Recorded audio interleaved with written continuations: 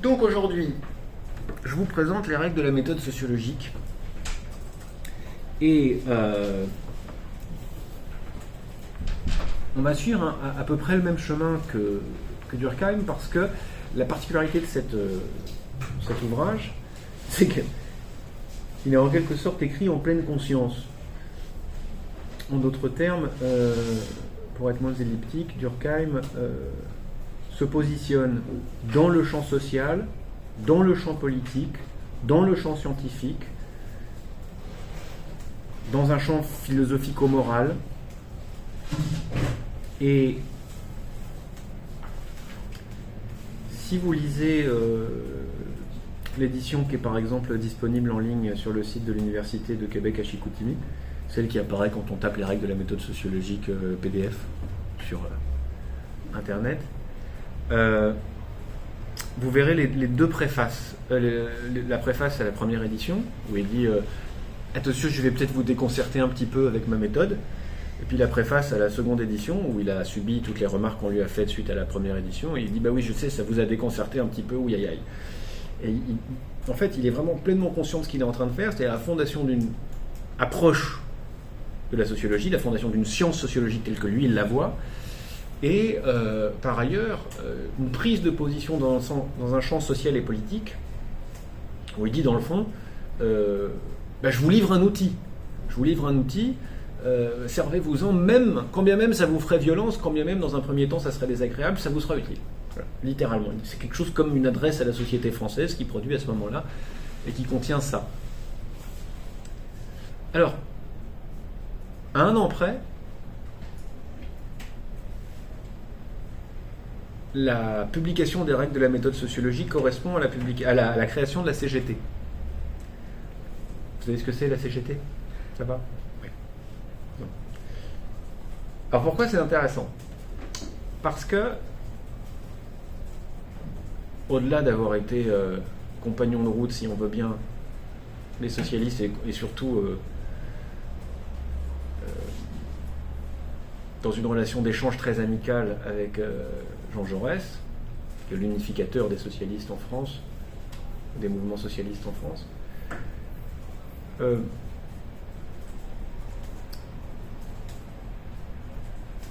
Émile Durkheim propose en quelque sorte, via cette nouvelle sociologie, une compétence sociale, un ressort, un outil que le mouvement social appelait quasiment de ses mots. Je m'explique. Si on considère la sociologie comme un outil pour la société de se comprendre, de se connaître et d'agir sur elle-même, on ne peut pas ne pas le mettre en rapport avec le fait que, exactement au même moment, se constituent les premiers syndicats de masse, partis de masse, qui cherchent à être capables d'agir sur eux-mêmes, à se connaître, à produire une connaissance du social sur lui-même, et ensuite à agir sur soi. C'est pas du tout les mêmes pratiques, c'est pas les mêmes méthodes, mais on crée en quelque sorte cet échelon-là dans lequel il faut être capable d'objectiver entre nous une part de la réalité sociale afin d'être capable d'agir à cette échelle. En tout cas, on peut juste remarquer la concomitance de la fondation des grands partis de masse, des syndicats de masse et la naissance de la sociologie qui, dans son approche durkheimienne, est capable d'être un outil pour les sociétés de masse, si on veut bien.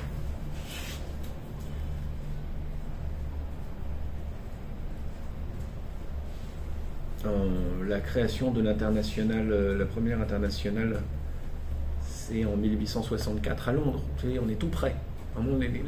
Les mouvements de masse commencent à se constituer. Bon, par ailleurs, je vous ai déjà mentionné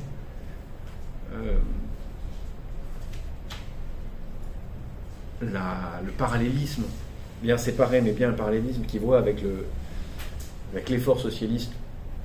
Seulement lui, au lieu de proposer des politiques fondées sur des valeurs morales et sur des opinions, il propose des solutions basées sur une expertise sociologique. Bon.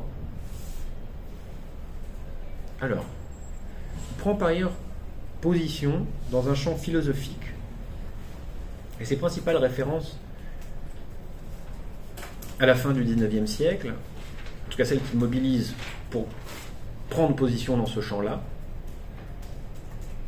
C'est essentiellement le saint-simonisme et le positivisme. Qu'est-ce que c'est, le saint-simonisme, madame? Vous ne savez pas? Est-ce que quelqu'un sait ce que c'est que le saint-simonisme?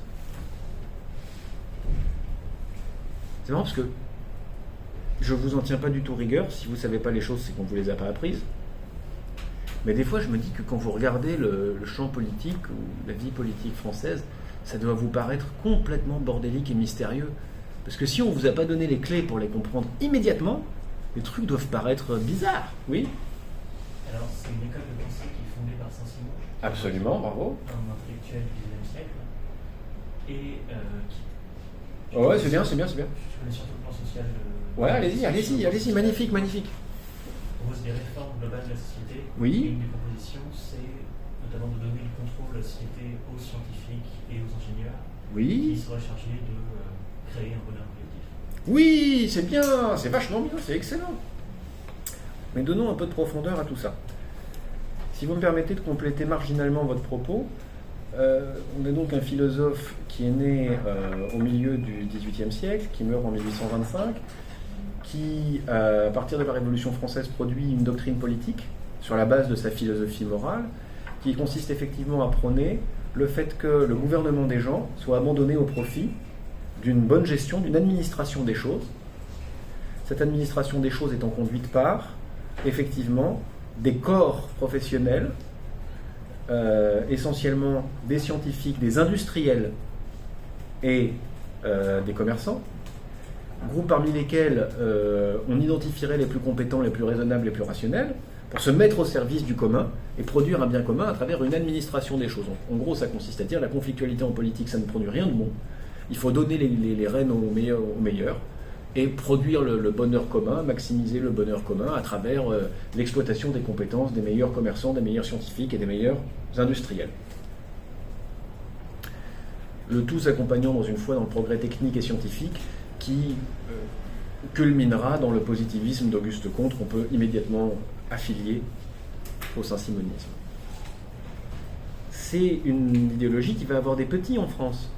Par exemple, ça va largement rebondir pendant l'entre-deux-guerres, période dans laquelle en France se développe tout un mouvement de pensée autour de groupes à Polytechnique ou de groupes de jeunes catholiques affirmant que il ne faut être ni mercantiliste, capitaliste, ni communiste, que la bonne voie se trouve au milieu, dans des compétences de corps, qu'il faut que les grandes écoles produisent des corps qui se mettent au service de l'État, des grands corps d'État, qui produiront la bonne décision en dehors de ces conflits stériles entre communisme et mercantilisme. Ce qui va ensuite donner le sentiment, en tout cas, va nourrir ce sentiment juste après la débâcle, que si on a perdu en 1940, c'est parce qu'on manquait de ces bonnes élites-là, ce qui va déclencher la création de l'école d'Uriage en 1942 à Vichy, et déclencher juste après la création de l'ENA. L'École nationale d'administration, c'est littéralement un fruit du saint-simonisme. Alors, remâché, mais l'idée c'est de créer un appareil d'État dans lequel les plus compétents et les experts vont pouvoir gérer, mettre en bonne gouvernance, et c'est ce que vous retrouvez, vous savez, dans toutes les formulations, qu'elles soient giscardiennes, à la rigueur rocardiennes, mais aussi les Raffarinades, Jean-Pierre Raffarin, je ne sais pas si vous voyez qui c'est le Premier ministre du siècle dernier. Sarkozy était à fond là-dedans. Vous savez, le coup de problème ne sont ni de droite ni de gauche, ou alors et de droite et de gauche, ou alors en même temps, enfin, les gens qui ont accès à la pensée complexe, vous savez.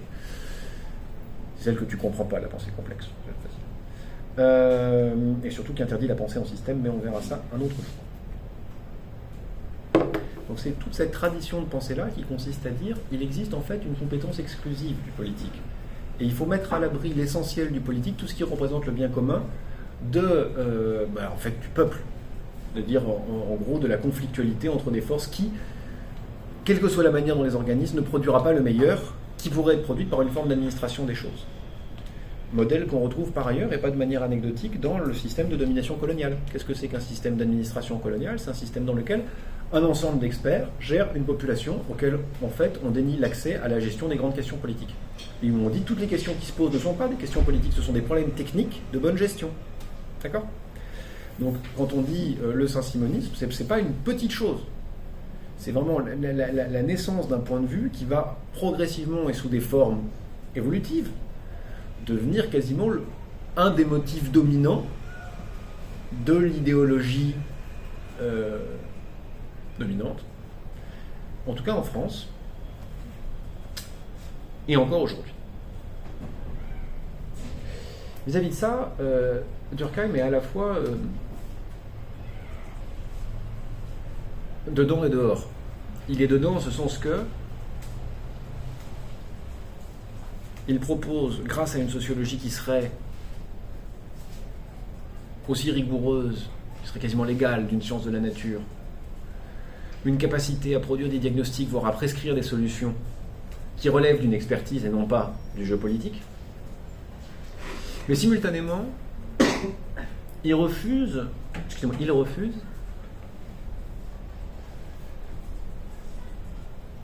les principes élémentaires, par exemple, du positivisme, en disant moi, je ne crois pas qu'il existe de manière démontrable un progrès dans les sociétés. Je veux bien reconnaître qu'il y a un progrès dans l'histoire des sciences, un progrès dans l'histoire des techniques, mais je ne sache pas qu'il existe des sociétés meilleures que d'autres en matière de socialisation. Je ne suis pas capable d'en identifier. En tout cas, on ne me l'a pas démontré. Évidemment, refuser le progrès dans l'histoire, ça implique de refuser qu'il existe des primitifs et des civilisés. À l'époque de Durkheim, c'est très difficile sur la place publique.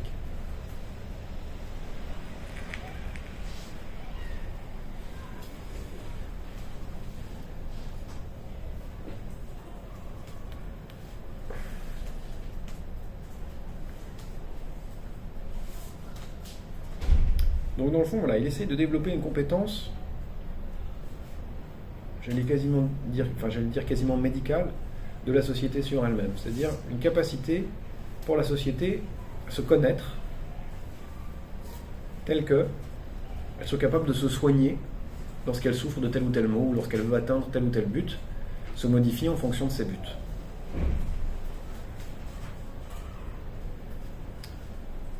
Et pour arriver à ça, il faut réussir à comprendre et à constituer en objet d'une science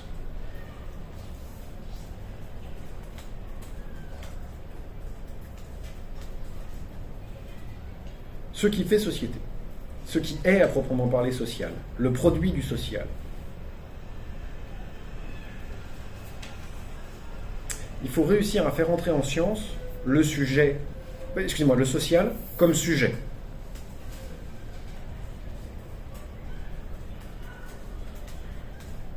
Et si on veut utiliser un terme un peu mystique que Durkheim utilise, il faut réussir à faire entrer en science le social comme âme collective, comme ce qu'il y a entre nous et qui nous relie, comme ce qu'il y a entre nous, à l'extérieur de chacun de nous, et qui nous contraint à agir comme un groupe cohérent,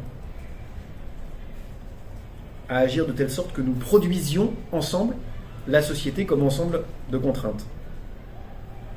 Vous me suivez ou c'est perdant, ce que je dis? Ça va.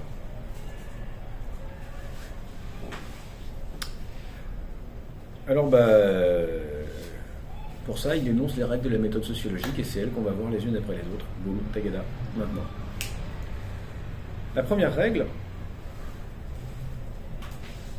c'est d'étudier les faits sociaux et de considérer les faits sociaux comme des choses. Qu'est-ce que c'est qu'un fait social? C'est une manière de penser, de sentir et d'agir, en d'autres termes.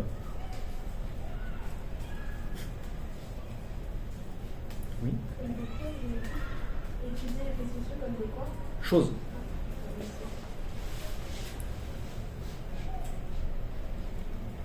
Donc, on va définir les faits sociaux par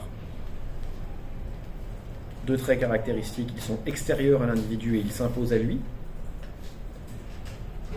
Et ils désignent des manières de penser, de sentir et d'agir. Alors, une fois que vous avez senti, pensé, agi, dans le fond, c'est la quasi-totalité du vécu humain dont il s'agit. Voilà.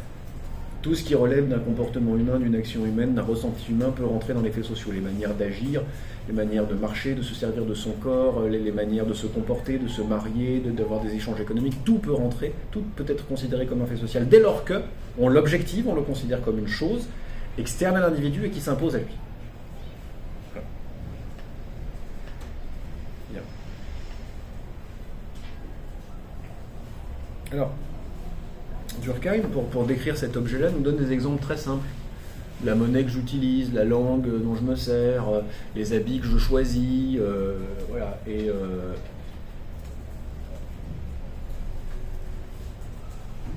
Et le fait est,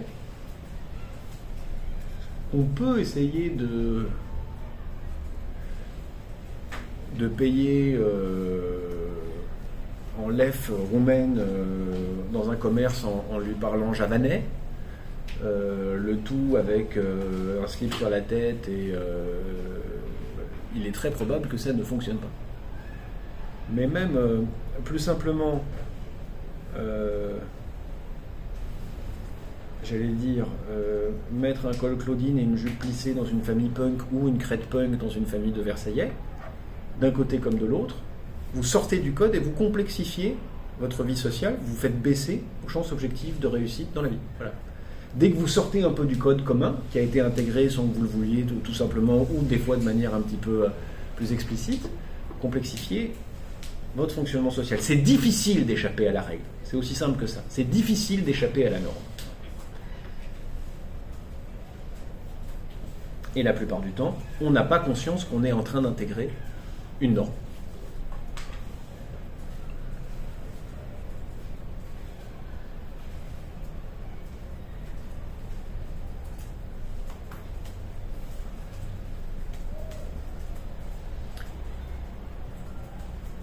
On a d'autant moins l'habitude d'avoir conscience des normes qu'on intègre que...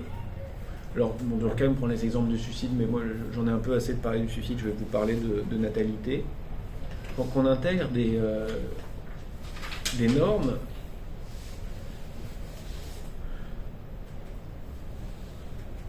qu'on n'a pas l'habitude de penser comme telles. Par exemple, dans manière de penser, de sentir et d'agir, on pourrait intégrer par exemple manière de faire des enfants. Voilà. Et combien d'enfants par femme? Taux de fécondité.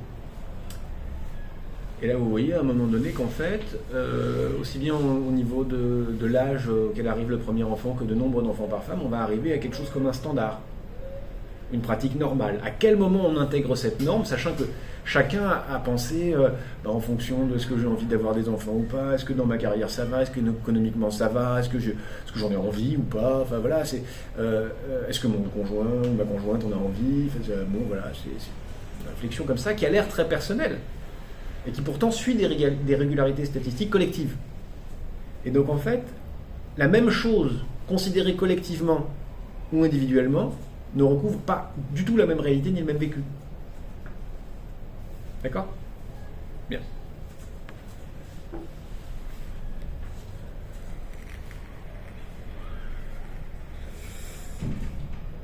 Alors, considérer les faits sociaux comme des choses, très bien.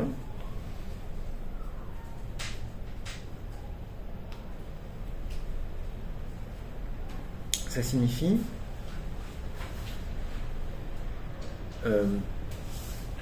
refuser, quand on considère tel ou tel comportement social, tel ou tel fait social existant,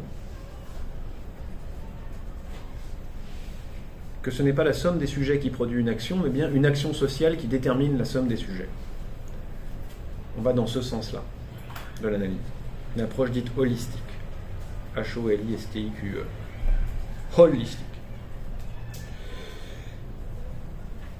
Qui s'oppose à une approche atomistique. Par ailleurs, quand il dit qu'on s'intéresse à ce qui est externe à l'individu et qui s'impose à lui,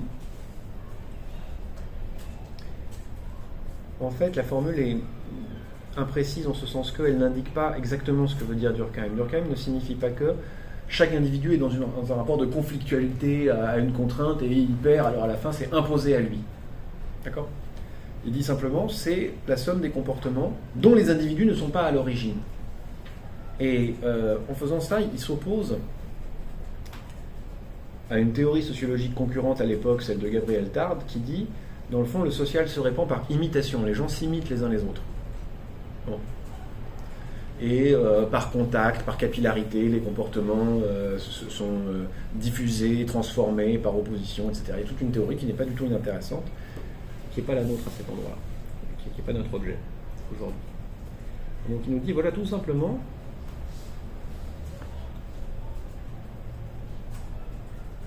je m'intéresse aux produits du social, auxquels les individus sont confrontés. En fait, il s'agit vraiment de considérer le social comme un sujet et de n'étudier que ce qui peut être objectivé.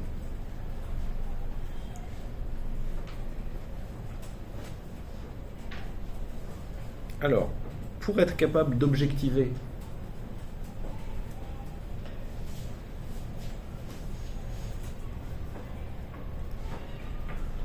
les faits sociaux, il faut être capable de purger complètement son approche de tout jugement de valeur, de toute prénotion, c'est-à-dire de notions importées a priori avant l'expérimentation. Par exemple, la notion de progrès, par exemple la notion que la natalité c'est bien ou la natalité c'est pas bien, etc. etc.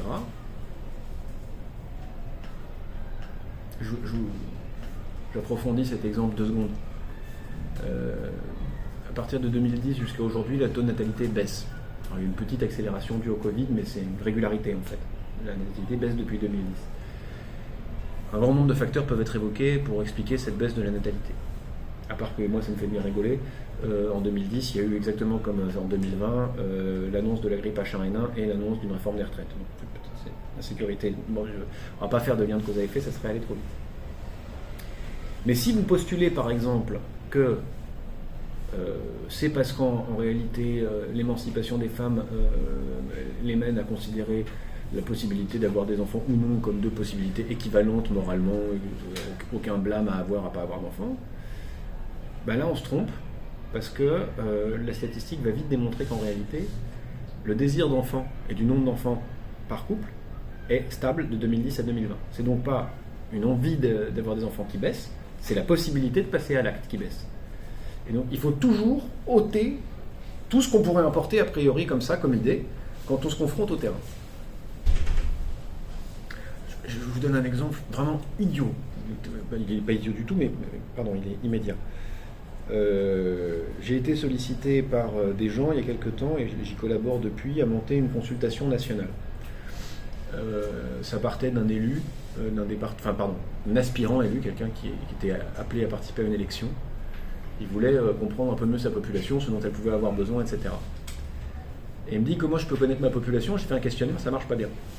Alors je lui ai dit, ben voilà, on va faire 3 questions très très simples, très simples, les plus simples possibles, pour que les gens répondent, et que les réponses soient valables. Alors la question c'est, comment ça va, qu'est-ce qu'il faudrait changer, qu'est-ce que vous êtes prêt à faire, ou qu'est-ce que vous faites déjà.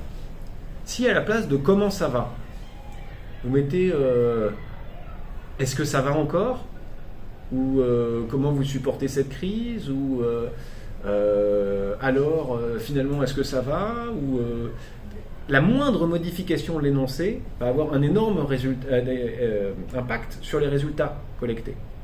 Dès que vous présumez quelque chose de la réponse, par exemple en fait ça va pas en ce moment, vous changez totalement la réponse. Vous voyez ? Donc c'est vraiment, et je vous donne des exemples concrets vraiment pour que vous le compreniez facilement. C'est simplement, je donnais un exemple donc, plus parlant, donc je vous le donne à vous. Je travaillais avec des jeunes collègues, dirons-nous, de mon âge, j'étais jeune aussi, sur la prostitution, dans le cadre de la production d'un documentaire. Et il s'agissait d'aller voir des prostituées, de leur demander, suite à un long travail auparavant d'approche, de décrire leur relation au client. En fait, le travail d'approche était intéressant. Et là, vous voyez que le moindre changement d'intonation dans le questionnaire, dès que vous importez quelque chose de votre regard sur la pratique, et vous pouvez totalement foutre en l'air un entretien. Entre comment ça va et ça va. Et d'un côté, vous l'avez acculé dans une position de victime, et dans l'autre, dans une position d'égalité, vous dites comment ça va. Voilà. C'est tout bête. Bien.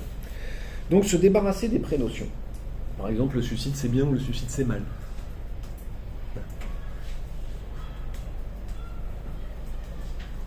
Une fois que on a objectivé les faits sociaux, qu'on a purgé son approche de toute prénotion, autant que faire se peut, pour être réaliste, dirons-nous.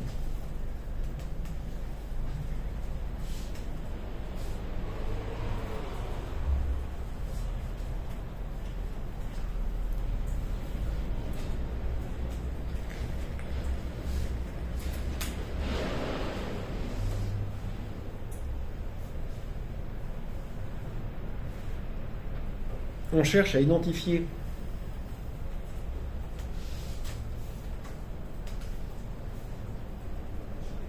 autour de chaque fait social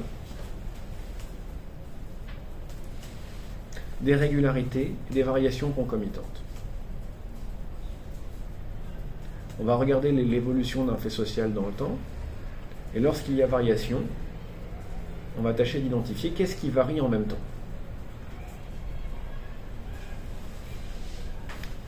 Par exemple, lorsque le taux de natalité baisse, est-ce que le taux d'union matrimoniale, le niveau de mariage baisse ou augmente? Est-ce que le niveau de revenu par individu baisse ou augmente? Est-ce que le niveau de confiance dans l'économie baisse ou augmente? Est-ce que le niveau de confiance dans la situation sanitaire baisse ou augmente? On va regarder où est-ce que ça bouge, quand ça bouge à cet endroit. Et on va devoir trouver des variations concomitantes, c'est-à-dire des variations qui bougent de la même manière au même moment. En d'autres termes, si vous avez des variations très fortes, par exemple, de la confiance dans l'économie, qui commenceraient en 2010, mais qui s'arrêteraient en 2008, excusez-moi, en 2018, et qui seraient extraordinairement irrégulières, alors vous devriez approfondir votre recherche, soit pour dire qu'elles sont complètement décorrélées, c'est-à-dire que des énormes variations ne changent pas une courbe descendante, voilà.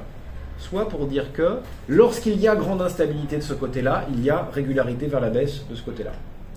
C'est vraiment un travail pour identifier, en réalité, à travers les variations concomitantes, quelles sont les causes des faits sociaux et les relations de cause à effet.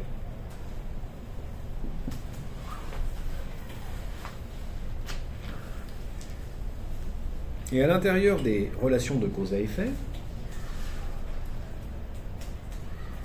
pour comprendre la logique souterraine du fonctionnement social, de la vie sociale, à l'intérieur des relations de cause à effet, on va chercher à identifier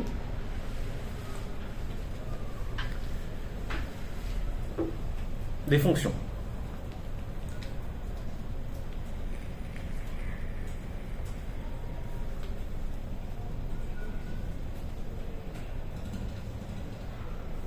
Ce qui, au moment où écrit Durkheim, ne consiste pas tant à dire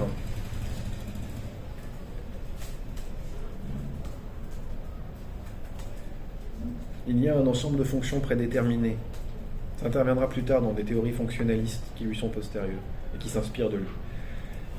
Donc, dans un ensemble déterminé, cela sert à ça, et dans une autre société, la même fonction est remplie par tel autre fait social, mais ce fait social a cet effet-là dans telle société. Tout se passe comme si cela devait servir à ça. Et tout se passe comme si le sujet social utilisait ce fait social pour atteindre telle fin.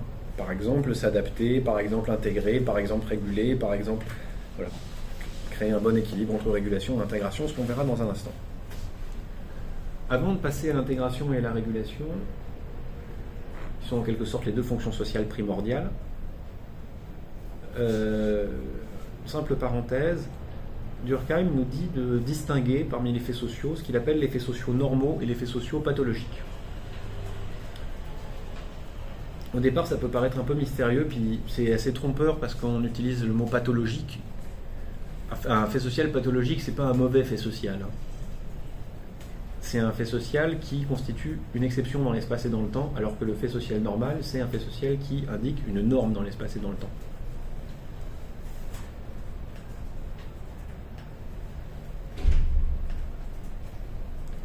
En d'autres termes,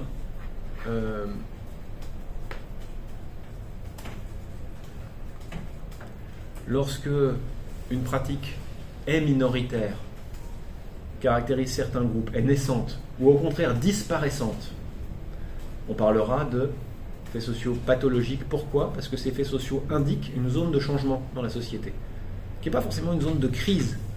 C'est pas grave, une société doit se transformer, elle doit s'adapter sans cesse. Il doit y avoir de l'anomie, c'est-à-dire de la suspension des règles, pour que la société puisse se transformer en permanence. Mais que la pratique devienne minoritaire, ou qu'elle soit encore minoritaire avant de devenir normale, on la décrira comme pathologique parce qu'elle indique un endroit dans lequel la société se transforme, dans lequel il n'y a pas d'équilibre. Il y a beaucoup moins d'institués que d'instituants. C'est en train de bouger, de bouger, de bouger.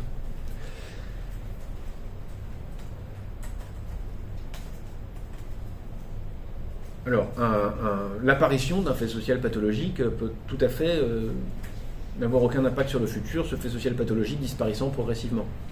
Mais, on pourrait dire que la vocation naturelle d'un fait social pathologique, c'est, lorsqu'il est naissant, de devenir la norme, et donc de devenir un fait social normal, et que tous les faits sociaux normaux ont vocation à devenir pathologiques. Alors ça, par contre, c'est vraiment récurrent. Puisque les sociétés sont instables, tout ce qui, à un moment donné, est normal, devient l'exception avant de disparaître, ou de n'exister plus que sous une forme marginale. Et c'est important parce qu'en fait, cette distinction du normal et du pathologique, c'est ce qui nous permet, dès à présent, en fait, d'indiquer qu'on aura toujours affaire à des ensembles dynamiques. Un ensemble social n'est jamais stable. Dès qu'il entre dans la nécessité de se maintenir, d'assurer sa pérennité, de se reproduire, ce en quoi il entre dès la première seconde de son existence, dès lors, il se transforme, même marginalement, il se transforme. D'accord ?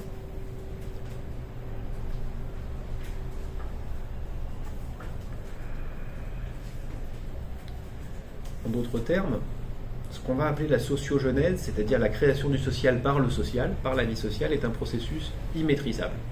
On peut tenter de le maîtriser, bien sûr. Alors, on va créer des institutions pour reproduire la société telle qu'elle est. Voilà. Qu'est-ce qu'on peut créer comme institution pour recréer la société telle qu'elle est ? Pour la maintenir, pour la pérenniser. La plus grosse institution pour faire ça, c'est quoi ? L'État. Et à l'intérieur de l'État ? Le gouvernement, je sais pas. Non, l'école. Ah, oui. Ouais. La justice, ça marche pas parce que la justice, par essence, non seulement parce que la loi est changée par essentiellement le pouvoir législatif, aussi marginalement par le pouvoir exécutif, mais encore par la jurisprudence, la loi est instable. Donc c'est pas ça qui va... Mais la Constitution, par exemple, c'est un effort pour dire ce qui est vrai aujourd'hui sera vrai demain, même si le Conseil constitutionnel ou les référendums peuvent changer la Constitution. Pardon, le Conseil constitutionnel peut autoriser un changement de Constitution. Validé par le Congrès, c'est ça ? C'est le fait que le Parlement plus le Sénat se réunissent et disent on est d'accord pour changer la Constitution. Et, en gros, il y a deux procédures, soit ça, soit le référendum. Oui, mais l'école, c'est typiquement ce qui doit produire normalement des cohortes standards chaque année. Et en fait, ça ne peut pas. Quand bien même on dirait que dans un effort formidable et une performance extraordinaire, l'école est capable de livrer chaque année une cohorte homogène, bien que spécialisée, d'individus tous également formés, éduqués et socialisés, bon ben, quand bien même ça existerait, on doit néanmoins constater que, hormis votre niveau de scolarisation, votre niveau de socialisation et votre niveau de formation, qui consiste en gros à savoir lire, écrire, compter, répondre à un questionnaire et vous tenir assis pendant 8 heures pendant que on vous donne cours ou on vous apporte des joies, de l'ennui, de la tristesse et que vous devez réagir de manière indifférente. Au-delà de ça, une très bonne formation à la vie en bureau. Au-delà de ça, une telle ingénierie sociale produit aussi autre chose. Par exemple, des pratiques alimentaires communes, des pratiques vestimentaires communes, des pratiques culturelles communes, voilà, des effets de génération, parce que vous avez été dans une matrice d'ingénierie sociale qui fait du commun, mais qui en même temps vous distingue à l'intérieur et vous distingue vis-à-vis des autres générations. Donc même un système comme ça de production de semblables produit du différent. Vous voyez ?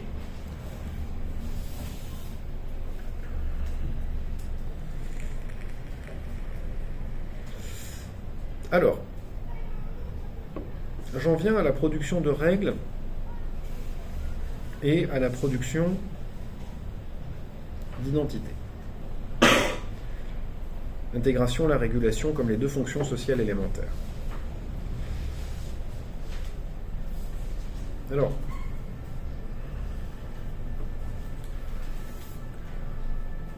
pour le dire simplement, si on suit Émile Durkheim, une société commence à tenir dans un rapport entre la production d'appartenance, être semblable, être identique et se reconnaître comme identique, c'est très important, c'est pas seulement le fait d'être semblable, c'est aussi de se reconnaître comme semblable, les sentiments d'appartenance d'un côté, qu'on va appeler l'intégration, et de l'autre côté, l'interdépendance, je vais prendre les choses dans l'ordre. La régulation, la production de règles qui va séparer, hiérarchiser, spécialiser les personnes, donc faire le contraire de l'intégration. Et à l'intérieur de ça, créer une interdépendance. Et donc le fait qu'on soit tenu non pas par l'identité et le sentiment d'appartenance, mais tenu par l'interdépendance. D'accord ?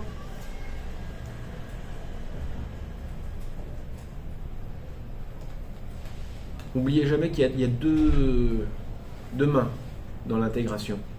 Le fait d'être identique et la reconnaissance de cette similarité. Sans reconnaissance réciproque, il n'y a pas d'intégration. Voilà. Vous pouvez être complètement similaires les uns aux autres. Si vous ne vous reconnaissez pas comme similaires, il n'y a pas d'intégration. Ça ne fait pas groupe, ça ne vous tient pas ensemble.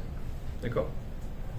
Vous pouvez avoir le même rapport de propriété à l'outil de production, être tous prolétaires dans... je sais pas. C'est comme si vous imaginiez que d'un coup, toutes les personnes ubérisées du monde avaient l'impression de former un groupe d'appartenance. C'est possible si un effort social est produit par ce groupe pour créer un sentiment d'appartenance entre toutes les personnes ubérisées. D'accord ? Donc le fait d'être identique dans une position sociale ne crée pas forcément d'appartenance. Donc dans l'intégration, c'est un double processus. Le fait d'être similaire et de savoir qu'on est similaire, de travailler cette similarité. D'accord ? Alors, ce n'est pas deux processus qui s'opposent. On peut être une société très intégrée et très hiérarchisée, très régulée, etc. Il peut y avoir beaucoup de règles qu'un très haut niveau d'intégration rend très aimable. D'accord ? On peut complètement intégrer, incorporer presque charnellement la somme des règles auxquelles on est soumis.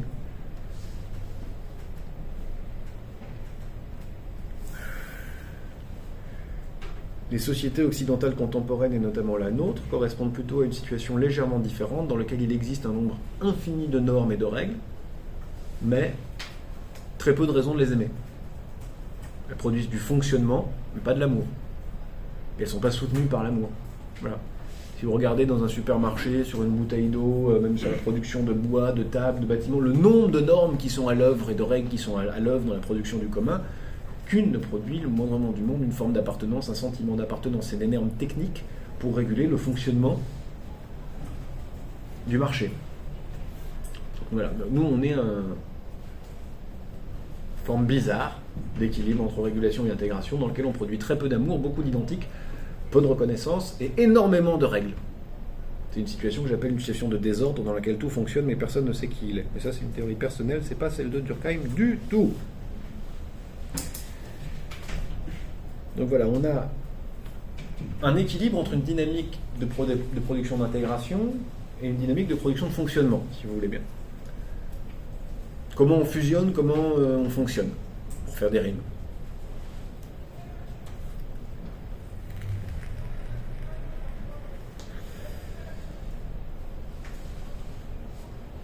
Ces deux dynamiques primordiales correspondent à deux types de solidarité que Émile Durkheim avait identifiés dans son premier ouvrage de la division du travail social de 1893, où il nous dit la société post-révolution industrielle, ou en cours de révolution industrielle, dans le fond, la société du début du XXe siècle souffre d'un défaut d'intégration. En fait, le travail n'intègre plus assez. La division du travail produite par les révolutions industrielles, la spécialisation, le fait qu'on travaille sur des ateliers où chacun est à sa tâche, dynamique qui n'a fait que s'aggraver depuis, en tout cas s'amplifier, fait qu'il n'y a plus d'intégration, plus de dynamique familiale, plus de sentiment d'appartenance sur le lieu de travail. Donc on a une société dans laquelle les individus passent l'essentiel de leur temps au travail dans des lieux où ils ne peuvent pas s'intégrer. Voilà. On a déplacé les gens pour les amener sur les lieux de travail industriels.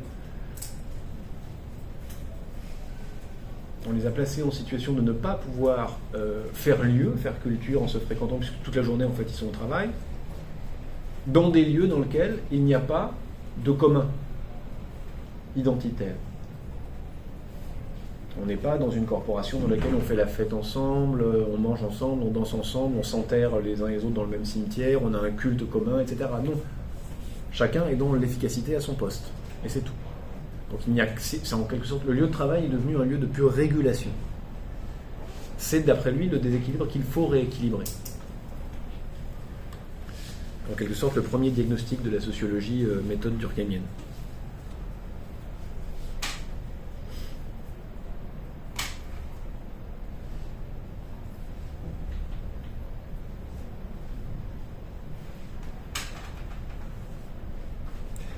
Dans les règles de la méthode sociologique, Durkheim reprend très marginalement ces deux solidarités pour expliquer notre relation au crime. Alors pourquoi Durkheim parle des crimes ? Durkheim parle des crimes d'abord pour venir y faire concurrence à la biologie, de la biologie en criminologie, c'est-à-dire cette capacité de la biologie que la biologie prétend avoir de prévoir et d'expliquer les crimes par une analyse biologique, une analyse anthropométrique des individus, voire une analyse raciale. Et à cet endroit-là, c'est presque comme une provocation, il vient illustrer de manière exemplaire et radicale son approche objectivante, en disant mais, je vais vous débarbouiller les yeux, je vais vous déconcerter, regardez, on va considérer ce que c'est qu'un crime. Un crime, c'est pas un acte, un crime, c'est la définition sociale et la sanction morale diffuse qui l'accompagne.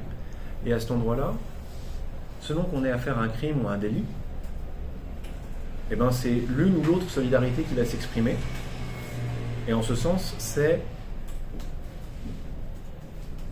ou non un sentiment commun qui va s'exprimer. Quand on a affaire à un crime, à quelque chose de profondément dégoûtant, voilà.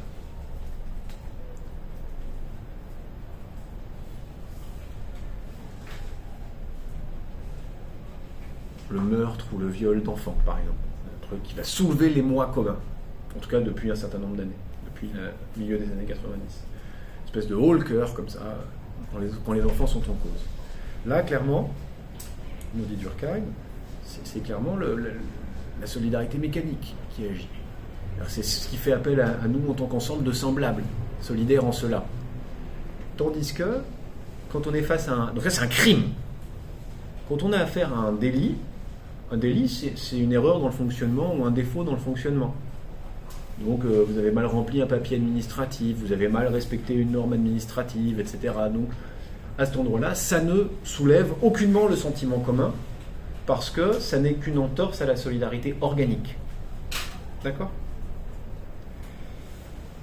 Il est envisageable qu'une des fonctions du crime, c'est-à-dire d'un registre de crime, c'est de pouvoir, à occasion régulière, soulever le sentiment commun qui est aussi un sentiment d'appartenance. Nous qui sommes dégoûtés par ce geste-là, nous faisons partie du même groupe. D'accord ?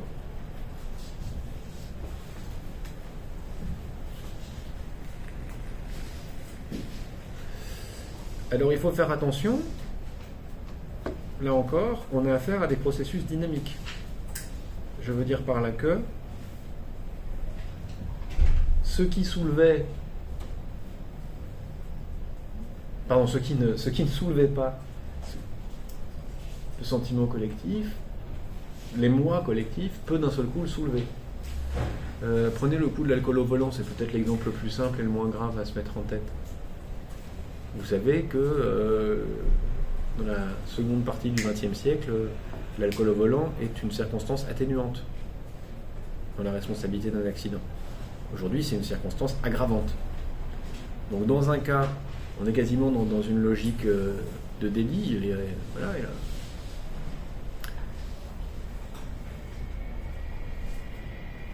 et dans l'autre, aujourd'hui, quelqu'un qui boit au volant, c'est un criminel notoire, etc. Je pense qu'il y a aussi quelque chose comme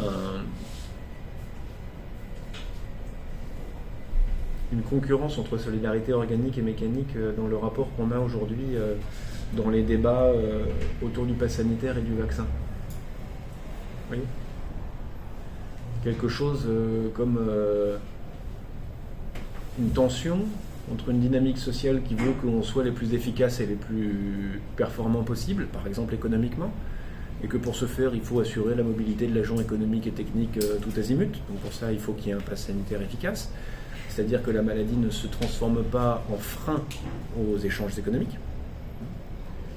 Et puis de l'autre côté, une position dans laquelle on dit « Ah ben non, nous on est des êtres humains, il faut d'abord que vous gagniez notre confiance, vous n'avez pas notre confiance pour l'instant, on ne veut pas être traité comme de la viande, c'est pas mécanique, ça va pas comme ça ». Alors c'est très marrant parce qu'ensuite les opposants vont devenir les plus rationalistes, ils vont dire « Oui, mais vous n'avez pas prouvé pour l'instant que sur le temps long, non, c'est pas encore très exact, et puis de toute façon, même si vous êtes moins contaminant, vous êtes contaminant quand même, vous nous dites pas tout ». Et alors là, les autres vont répondre sur un registre au contraire de solidarité mécanique en disant il faut que tout le monde fasse pareil. Nous ne sommes qu'un corps.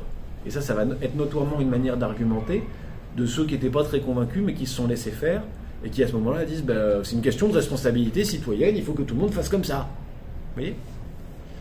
Et il y a une espèce d'embrouillamini à cet endroit-là où on va à la fois mobiliser des arguments rationnels pour l'efficacité d'une biopolitique, et puis des arguments qui relèvent de l'affect et qui disent mais je ne suis pas reconnu moi à cet endroit-là, je refuse d'être reconnu comme ça, je refuse d'être traité comme un bloc de viande, comme la petite partie infinitésimale d'un bloc de viande qu'on traite collectivement. Voilà. Donc ça crée quelque chose comme une certaine confusion dans le débat.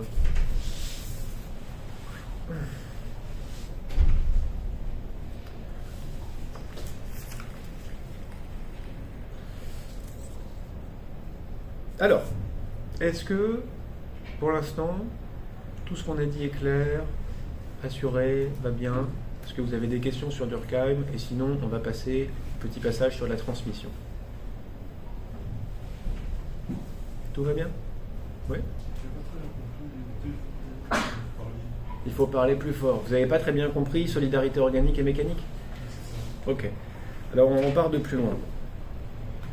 Ce que j'ai appelé les deux dynamiques, les deux fonctions sociales primordiales, c'est intégrer, réguler. Créer de l'intégration, créer de la régulation. Pour le dire très vulgairement, réguler, c'est créer du différent, intégrer, c'est créer du même. On le reprend. Réguler, produire de la règle, c'est primordialement produire de la différenciation entre les individus, organiser des rapports d'efficacité entre des êtres différents et spécialisés. De plus en plus différents et de plus en plus spécialisés. En gros, c'est produire les règles, le règlement du fonctionnement social le plus efficace possible.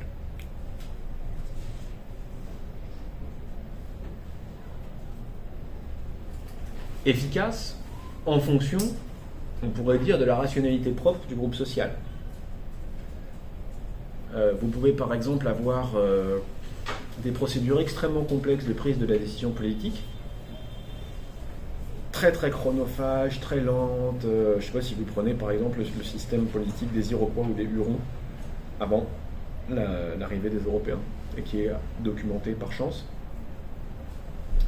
Vous allez voir que c'est un système où, sans que personne ait le pouvoir de police, de justice ou de chef de l'État est capable d'imposer une décision à tout le monde, on a toute une procédure pour que chacun participe à la prise de décision publique avec des allers-retours incessants. Enfin, c'est très, en un sens, c'est très procédural. C'est totalement incapable de prendre une décision rapide et efficace qui mobilise tout le monde. Par contre, c'est extraordinairement intégrateur.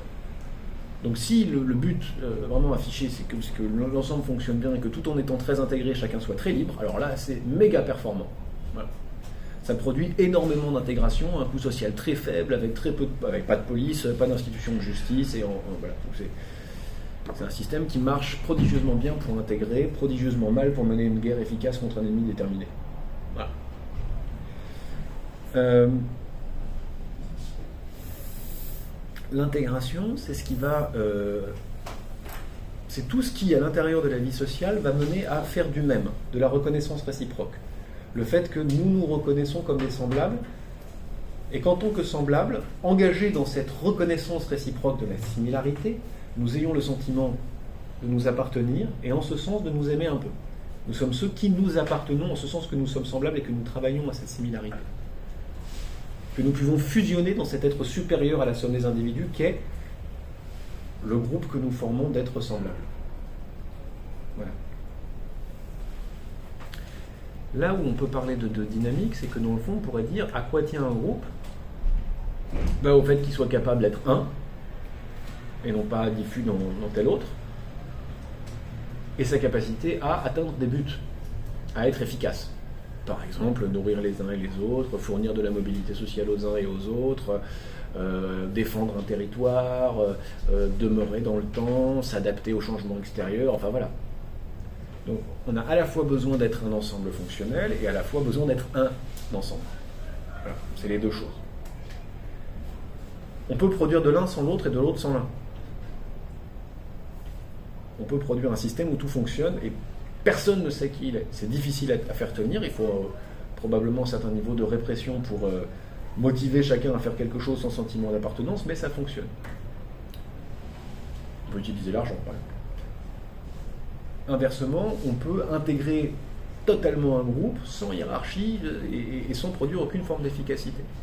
Ce que nous dit Durkheim, dans le fond, c'est que, et par exemple, c'est en jouant sur ces catégories, ces dynamiques, pas assez de régulation, trop de régulation, pas assez d'intégration, trop d'intégration, qui va définir les types de suicides. Donc, une société, ça va toujours être un équilibre entre ces dimensions-là. Société, peut-être produire pas assez d'intégration et beaucoup de régulation, peu de régulation, beaucoup d'intégration, peu de régulation, peu d'intégration. Et par exemple, une société qui produit que des règles, sans aucune intégration, va produire un certain type de suicide. Une société dans laquelle, d'un seul coup, toutes les règles s'effacent et s'effondrent, enfin, voyez, c'est ce qui va déterminer en quelque sorte ce que Mary Douglas, qui est une anthropologue anglaise, va appeler le style de pensée d'une société, la manière d'être dans une société. La manière d'être du sujet social.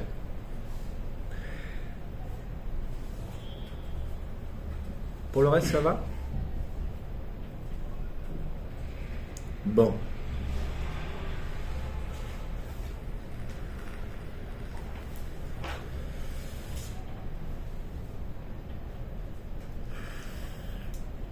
Alors, je voudrais revenir sur cette notion de transmission. Et à travers un exemple particulier, bien qu'on puisse en prendre plusieurs, de transmission d'une pratique sociale, reprendre toutes les notions qu'on a vues avec Durkheim aujourd'hui, soit pour les affaiblir un peu, soit pour montrer la difficulté qu'elles proposent, soit pour les exemplifier.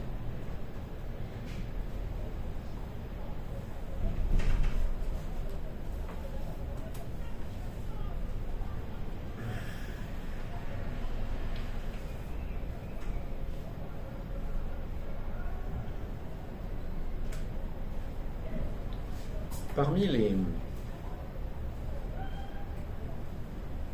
nombre infini de faits sociaux que j'aurais pu prendre, j'ai pris une manière d'agir parce que ce sont les plus faciles à identifier, à comprendre, les manières de se servir de son corps, de se vêtir, de faire des... Souvent, par exemple, les manières de penser sont beaucoup plus difficiles à appréhender en tant que faits sociaux, d'autant qu'elles peuvent être positives ou négatives. J'entends par là qu'une manière de penser peut se manifester par un discours positif sur quelque chose ou par l'absence de discours sur quelque chose.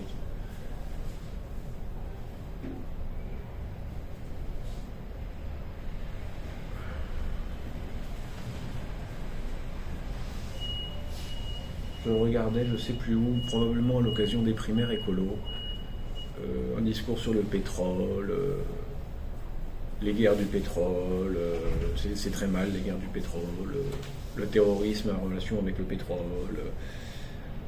Lafarge a des relations avec le terrorisme aussi, mais enfin on était sur le pétrole, le gaz et le pétrole de Daesh. Ah oui, c'était le coup du pouvoir du Qatar. Pourquoi le Qatar avait tant de pouvoir? C'était à cause du gaz et du pétrole, et des énergies d'hydrocarbures et tout ça.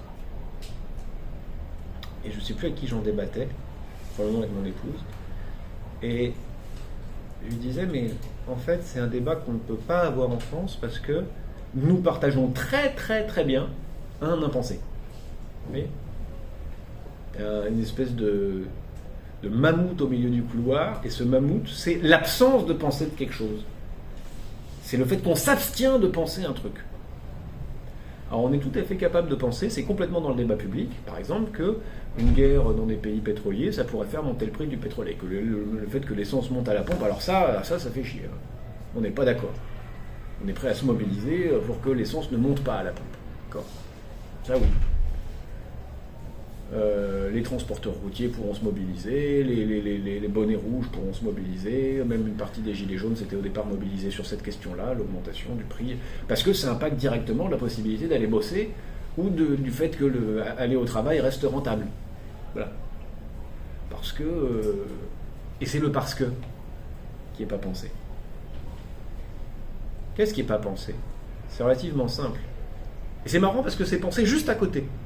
Peut-être certains parmi vous qui ont une sensibilité écolo ou juste qui passent beaucoup de temps sur les réseaux sociaux ont déjà vu des vidéos de Monsieur Jean Covici qui explique comment est-ce il y a une corrélation immédiate entre la dépense d'énergie et la croissance. Ça vous dit rien?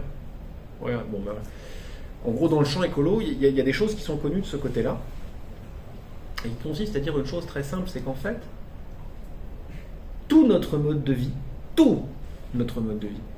des habits qu'on porte, au plastique qu'on va utiliser, aux objets de synthèse qu'on va utiliser, il y a du pétrole, des huiles minérales, jusque dans le lait maternel, dans le lait pour enfants. Il y a du pétrole partout. Et aussi bien nos capacités de transport que des choses encore beaucoup plus simples. Le coût de l'énergie, qu'est-ce que ça implique, le coût de l'énergie? Ça implique le fait qu'on puisse faire à des machines, à des robots, du travail gratuit, qui ne nous coûte rien.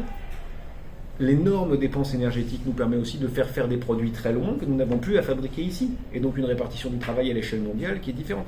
Donc, ça nous permet aussi d'avoir une relation à la nourriture qui est particulière, d'acheter du cochon importé d'ici ou de là dans des boîtes en plastique, ce qui implique un certain mode de conservation dans un frigo lui-même en plastique, fait probablement avec des hydrocarbures et tatati et tatata. On vit dans le pétrole.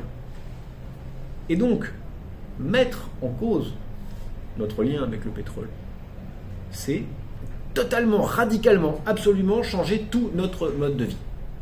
De là où on habite, comment on travaille, comment est-ce qu'on mange, c'est tout ça. Voilà. Et ça, on n'a pas envie. Ça, non.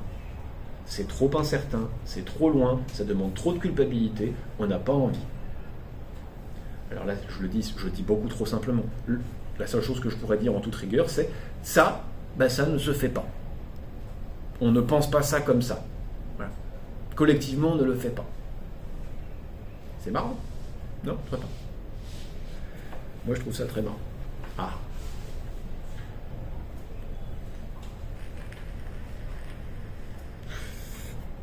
Donc,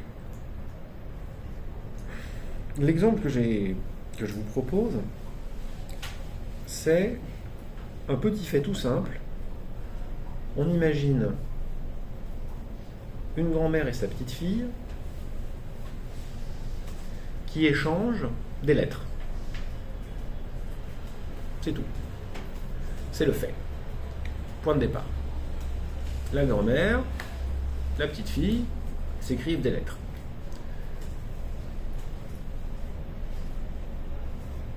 On n'a qu'à dire que la grand-mère, elle habite à Meudon, et la petite fille, elle habite... où est-ce qu'elle pourrait habiter? À Sainte-Marie-du-Lac, dans l'Aube.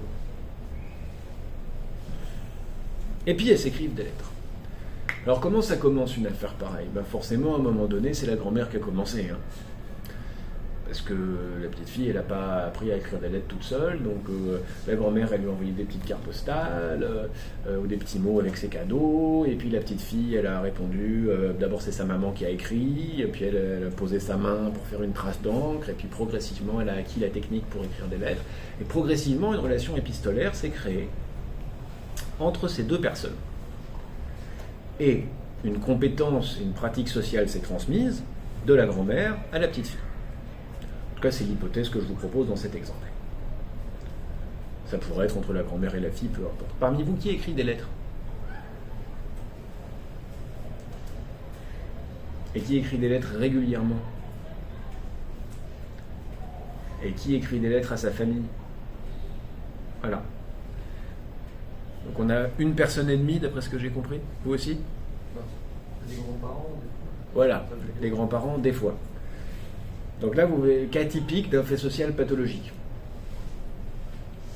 Alors, vous allez voir que c'est un fait social, c'est une manière d'agir, de sentir externe à l'individu et qui s'impose à lui, mais qui devient de plus en plus marginal et qui est de plus en plus une exception et qui témoigne d'une évolution de la société. Évolution technique, mais pas que. Alors, voilà, on a ce fait social, apprendre à écrire des lettres, envoyer des lettres aux membres de sa famille. Franchement, si vous regardez autour de vous, même si la pratique est marginale, elle existe encore un peu. Notamment, les grands-parents écrivent des lettres aux petits-enfants. Notamment avec les cadeaux, avec ceci ou cela. Vous voyez, c'est encore une pratique qui existe. Et on fait répondre les enfants, même si ensuite la pratique épistolaire n'est pas forcément suivie. Bien. Alors, on est content, on a un fait social, on peut bien l'identifier, on peut le mesurer, on peut même mesurer là-dessus. Échange entre les petites filles et les grands-mères. Combien de fois par an? Combien de mots par lettre, combien de kilomètres parcourus par la lettre, quel impact de la régularité des lettres sur la régularité des contacts par oral et les entrevues. Enfin, on peut vraiment complètement faire rentrer ça dans une boîte à stats. C'est pas difficile, on peut s'amuser à ça.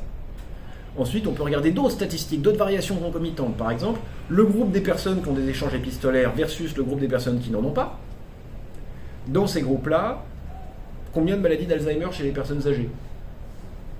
Je dis ça parce qu'il y a des études qui ont été consacrées pour savoir comment est-ce que effectivement la maladie d'Alzheimer apparemment surgissait moins chez les personnes qui avaient une activité épistolaire régulière. Sans qu'on puisse dire à partir de cette statistique qui de l'œuf ou de la poule. Est-ce que c'est les personnes qui avaient un pré-Alzheimer qui très très tôt se mettaient à moins écrire, ou des personnes prédisposées à l'Alzheimer qui n'écrivaient pas, ou est-ce que c'est la pratique de l'écriture qui réduit la survenue de la maladie? Peu importe. On peut faire ça, et on peut aussi commencer à gratter le fait. Et on va gratter le fait. Alors d'abord, on va remarquer que ce fait social, il n'a pas d'unité, il est composite. Vous faites de la physique, par exemple. Vous faites de la physique. Vous voulez étudier l'hydrogène. Vous prenez de l'hydrogène. Ensuite, vous voulez voir comment l'hydrogène fonctionne en réaction à tel autre élément. Vous mettez tel autre élément et de l'hydrogène et vous maîtrisez les quantités que vous mettez ensemble. Là, on a affaire à quelque chose qui se présente immédiatement comme étant composite et qu'on ne peut pas isoler. D'autres faits sociaux interviennent, et une infinité de faits sociaux interviennent dans la production de ce fait social-là. Lesquels? Quelle manière de penser, de sentir et d'agir externe à l'individu et qui s'impose à lui s'exprime dans le fait d'échanger une lettre avec quelqu'un de sa famille?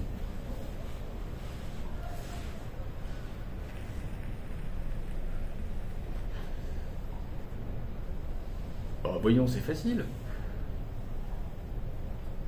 Soit vous êtes intimidé, soit vous êtes endormi.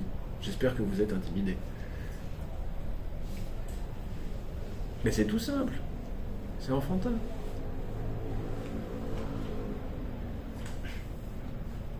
Pensez à tout ce qui a été appris à l'extérieur pour pouvoir écrire une lettre. Qu'est-ce qui a été appris en dehors de cette relation-là pour qu'il soit possible d'écrire une lettre? Qu'est-ce qu'il faut apprendre pour écrire une lettre? Il faut apprendre à lire, à écrire. Quoi d'autre? Si possible, dans la même, il faut apprendre une langue. À l'intérieur de cette langue, il faut apprendre le bon registre. Par exemple, on n'écrit pas à sa grand-mère wesh wesh grosse, comment ça va tes hémorroïdes? On dit bonjour mamie, comment vas-tu? Ce qui veut à peu près dire la même chose. Mais voilà, il y a des convenances. Il y a même des convenances qui vont rentrer dans le détail. Par exemple, est-ce qu'on écrit sur du beau papier, du carton, du papier toilette? Si la grand-mère, à un moment donné, envoie sur du sopalin ou du papier toilette avec une écriture microscopique, 50 pages écrites dans tous les sens avec des calligraphies, on va lui envoyer des infirmiers pour l'emmener à l'hospice, mamie. Okay. Donc on écrit sur un format conditionné, avec, même si c'est approximatif, une idée du temps qu'on peut demander à l'autre pour lire sa lettre. Il y a des codes sur ce qu'on dit et ce qu'on ne dit pas à l'intérieur de la famille, dans un espace épistolaire ou ailleurs. Il y a des choses encore plus fines et plus importantes. Tout ce sur quoi on va échanger. Bon, est-ce qu'on dit, est-ce qu'on ne dit pas, ça c'est une chose, mais encore, quelle place je donne à mon intimité, à ma personne, qu'est-ce qui est public, qu'est-ce qui ne l'est pas, comment est-ce que je traduis les sentiments, est-ce que j'ai le droit de considérer sur la place publique que ma grand-mère et moi avons une âme collective? Ben non, dans notre société, non. On n'est pas dans l'hypothèse d'une âme collective, on est dans l'hypothèse que chacun a son âme et que donc ce que chacun ressent, ce que chacun rêve lui appartient en propre. Donc si vous voulez, il y a toute la socialisation qui intervient là-dedans. Aussi bien d'ailleurs que, tiens tenez, est-ce que j'ai le droit de signer ou pas une lettre? En mon nom. Est-ce qu'il est licite, envisageable, possible de faire traverser un contenu de sens, un contenu de sens, des étendues considérables en un temps record, juste comme ça, pour faire passer un message? Vous voyez, c'est un ensemble de représentations, de manières de faire, de sentir, etc. Et ensuite, un ensemble de petits détails qui vont d'ailleurs vous classer socialement. Est-ce que vous parfumez votre papier à lettres? Quelle est votre graphie? Vous voyez? Quel est le niveau de vocabulaire que vous utilisez? Est-ce que vous tutoyez ou est-ce que vous voyez votre grand-mère? La question vous paraît absurde, mais moi je vous voyais mes grands-parents.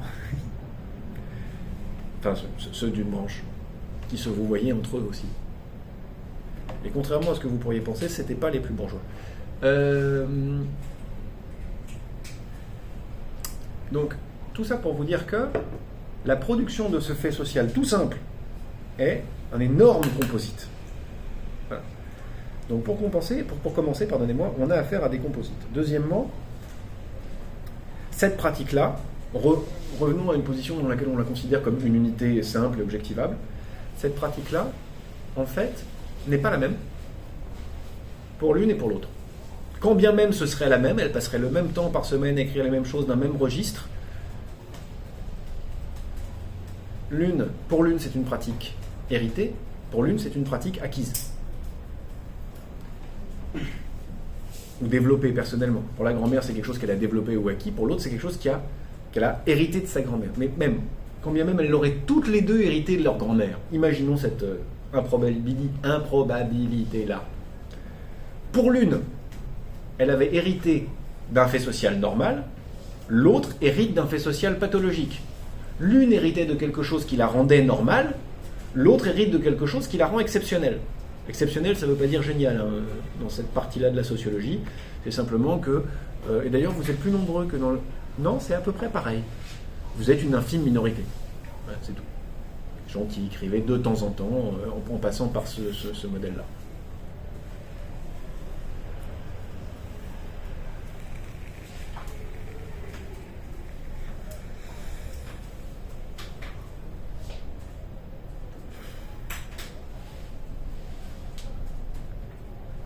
C'est marrant d'ailleurs, on pourrait même aller plus loin dans des choses plus profondes.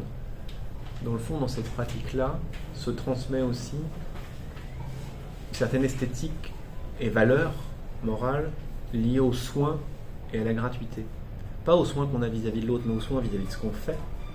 Et à la gratuité, en ce sens que mais c'est complètement débile de se faire chier à écrire une lettre alors qu'on peut de manière beaucoup plus efficace envoyer un mail, un SMS ou quoi que ce soit.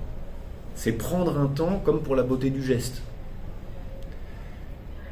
Et ça ben, ça va à l'encontre des faits sociaux dominants aujourd'hui, normaux aujourd'hui, quant à l'utilisation de son temps, et notamment à l'utilisation de son temps dans la sphère de communication qui va surtout viser à produire une efficacité.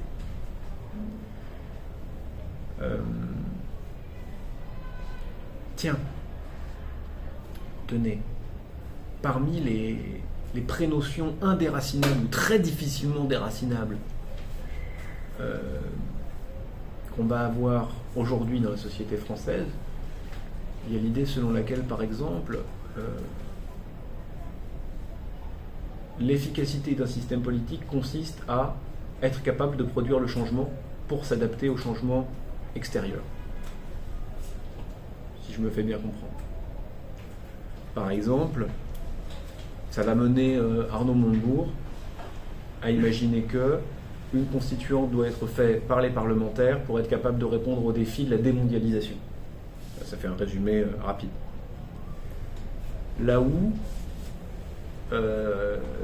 d'autres gens qui sont pour la constituante, c'est-à-dire un processus dans lequel le peuple français refonde son unité, etc., vont dire ben non, en fait c'est pas ça.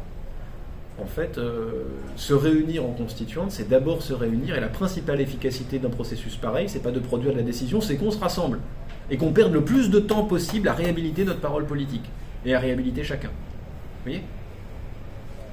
Donc c'est quelque chose qu'on apprend en sciences sociales et notamment avec Durkheim, c'est comment est-ce que notre jugement des choses est tapissé d'éléments produits collectivement qui nous paraissent être des évidences absolues et qui ne sont que des construits sociaux. D'accord ? Bien. Alors, on a affaire à quelque chose de composite qui ne peut pas être transmis de manière homogène. Par exemple, cette pratique sociale ne peut pas être transcrite de manière homogène de l'un à l'autre, alors que moi, si je vous envoie une ligne de code, vous aurez exactement la même ligne de code sur votre ordinateur que sur mon ordinateur. Là, on fera même, alors que si on essaye de transmettre quelque chose, ben, il y a toujours une différence. C'est pas pareil. On ne peut pas répliquer. Et par conséquent, il n'y a pas de stabilité. D'accord ? Une société ne peut pas durer à l'identique. Elle ne peut durer que dans la transformation, même marginale, de ce qu'elle est. Vous voyez ?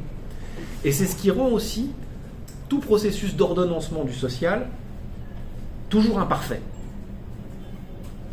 Et à ce moment-là, soit on essaye d'organiser une espèce de vie symbiotique et équilibrée dans un système social, soit on part dans une espèce de poursuite obsessionnelle et maniaque de l'incertitude pour absolument avoir de la certitude partout, et ça fait un état assez effrayant. Et par ailleurs, dans lequel il n'y a plus lieu de se faire confiance, puisque le dispositif vient, je ne sais pas pourquoi je vous regarde beaucoup en parlant de ça, excusez-moi, puisque le dispositif de régulation vient se substituer à la relation de confiance interindividuelle. Alors, vous voyez que l'effort ici pour produire de la pérennité, l'effort conscient pour produire de la pérennité, rencontre une limite, qui est que la transmission du social, c'est un peu tautologique, mais est sociogénétique. Ça, c'est des choses que vont surtout développer plus tard, par exemple Marcel Mauss ou Pierre Bourdieu, mais on en parlera plus tard.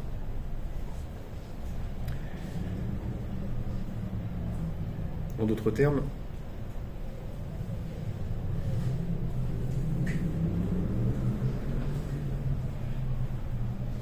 il n'y a pas de pérennité de maintien sans transformation, adaptation. Un système social n'est pas un système stable. Voilà. Retenez ça simplement. Alors ce qui est intéressant aussi, c'est que je viens de vous dire qu'immédiatement, en adoptant la même pratique, elles se différencient. Elles ont la même pratique, mais l'une a hérité d'une pratique pathologique et l'autre hérite d'une pratique normale. Voilà. Exactement de la même manière, immédiatement, les deux personnes qui ont une relation épistolaire suivie intègrent un groupe de semblables qui ont des relations épistolaires suivies et qui forment un groupe étudiable sociologiquement comme ayant une cohérence.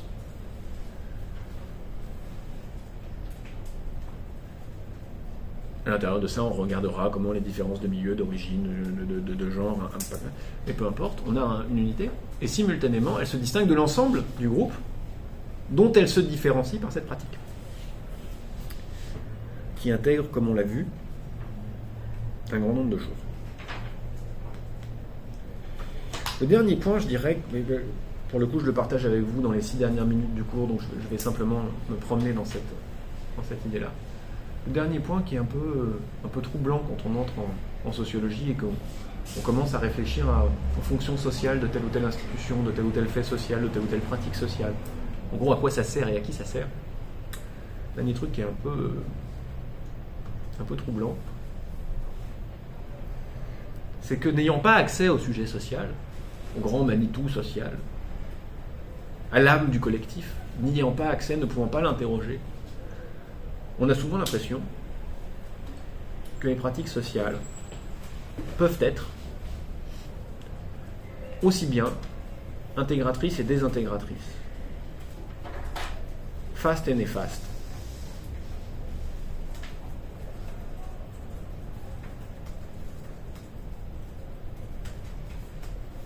Alors ce trouble n'a qu'un temps. Quand vous observez une stratégie sociale poursuivie par un groupe qui manifestement échoue, dans un premier temps, vous pouvez dire c'est pas une fonction sociale puisque ça marche pas. Et dans un deuxième temps, vous comprenez qu'à l'intérieur du groupe, ce groupe-là était une minorité, qui a pris une stratégie sociale et qui a échoué. Je vous donne un exemple. Pendant 2 ans, début des années 2010, j'ai étudié de nombreux aspects les pratiques d'un groupe majoritairement roumain, mais aussi composé de personnes hongroises, italiennes. Il y avait même un Irlandais, des pasteurs catholiques. Des évangélistes catholiques avec un pasteur. Ils avaient inventé une religion toute nouvelle, toute chouette. Enfin chouette. De manière très ironique de parler.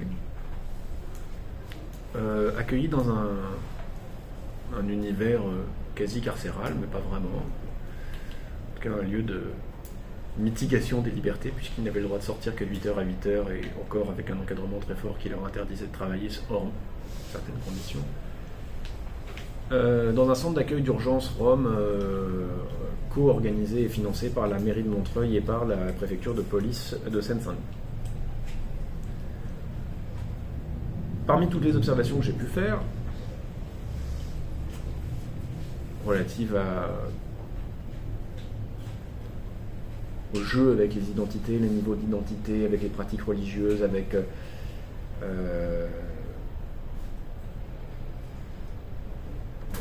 c'est trop vaste parce que 2 ans de terrain, ça se raconte pas en 5 minutes. Je vais vous en raconter 2 qui m'ont beaucoup étonné. La première, c'est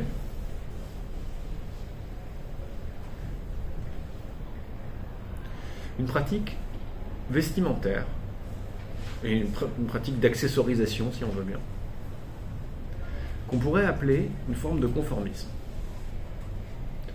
et dont l'effet est exactement l'inverse de la stratégie visée. En d'autres termes, les gens de cette communauté-là s'habillaient le plus possible comme, et notamment pour sortir, c'est-à-dire ça concernait surtout les jeunes et les jeunes hommes, un peu plus âgés, ils se déguisaient quasiment en catalogue Célio. Voilà. Littéralement. Avec que des habits de marque, ceci, cela. Enfin, vraiment, un jour, je travaillais avec un photographe là-bas, il a fait une série comme ça avec un fond uni. C'était vraiment le pur catalogue Célio. Simplement, en dehors de ce cadre-là, en réalité, le conformisme était marginalisant. Immédiatement, les voisins, les gens à côté, etc., les prenaient pour des voleurs.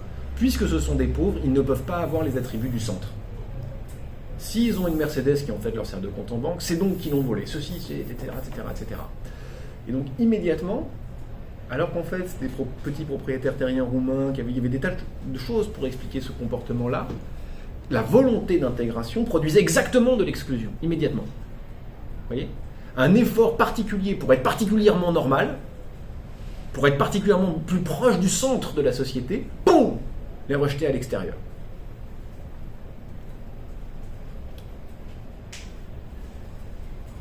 Alors là, vous voyez comment on a affaire à une stratégie sociale d'intégration qui échoue totalement. Elle n'est pas consciente. Et son résultat, d'ailleurs, n'est pas réellement conscient. Mais c'est quand même très intéressant à regarder. C'est-à-dire qu'en fait, il y a des stratégies sociales qui échouent. Voilà. Et parfois, il nous est donné d'en observer. Et par ailleurs, les groupes se connaissent très mal. Et je vous donne un autre exemple. Vous savez tous probablement, à différents degrés selon la richesse de vos parents et votre manière personnelle d'avoir des revenus, vous savez tous probablement, en gros, où vous en êtes dans votre budget. Est-ce que représente telle dépense? Qu'est-ce que vous pouvez vous payer?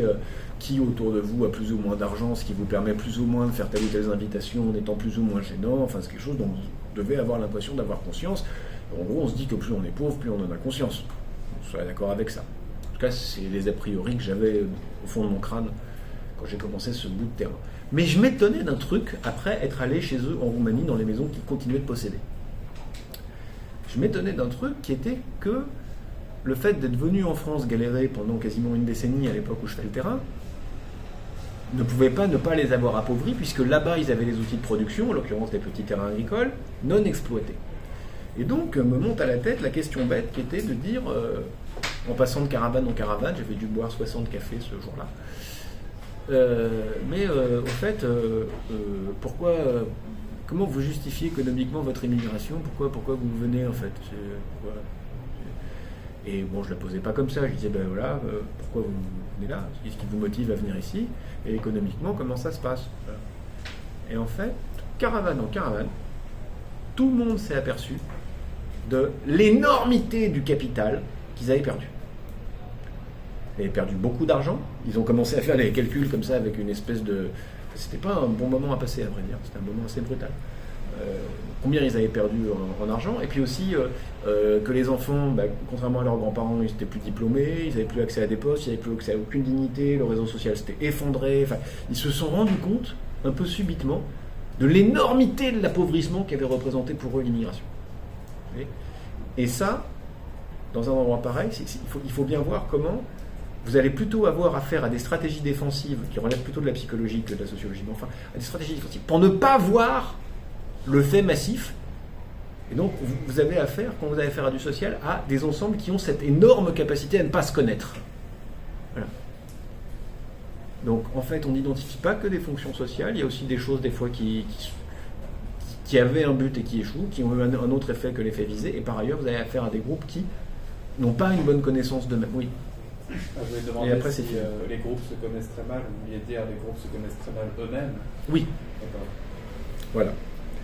Sur ce, pour la semaine prochaine, les formes élémentaires de la vie religieuse. Et voilà.